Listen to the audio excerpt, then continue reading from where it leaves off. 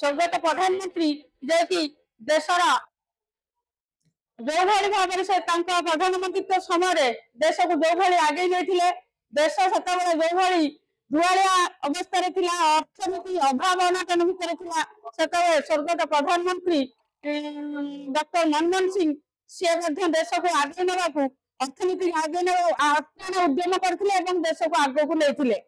ଆଜି ତାଙ୍କ ମୃତ୍ୟୁ ଖବର ଶୁଣି ସାରା ଭାରତ ବର୍ଷ କାହିଁକି ସାରା ବିଶ୍ୱ ମଧ୍ୟ ମର୍ମାହତ।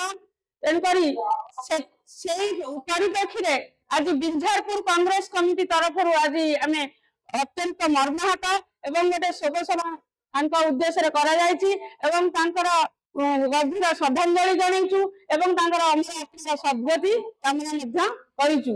ସେ ଯେତେବେଳେ ପ୍ରଧାନମନ୍ତ୍ରୀ ଥିଲେ, ମୁଁ ମଧ୍ୟ ସେତେବେଳେ राज्य महिला कांग्रेस साधारण संपादिका थिबा समय जिला प्रशासन एडभाइजर कमिटी मत सुपारिश क्रमे दुईथर एडभाइजर कमिटी सदस्य थी। सी 10 वर्ष प्रधानमंत्री थे, मुझे 10 वर्ष एडभाइजर कमिटी सदस्य थी।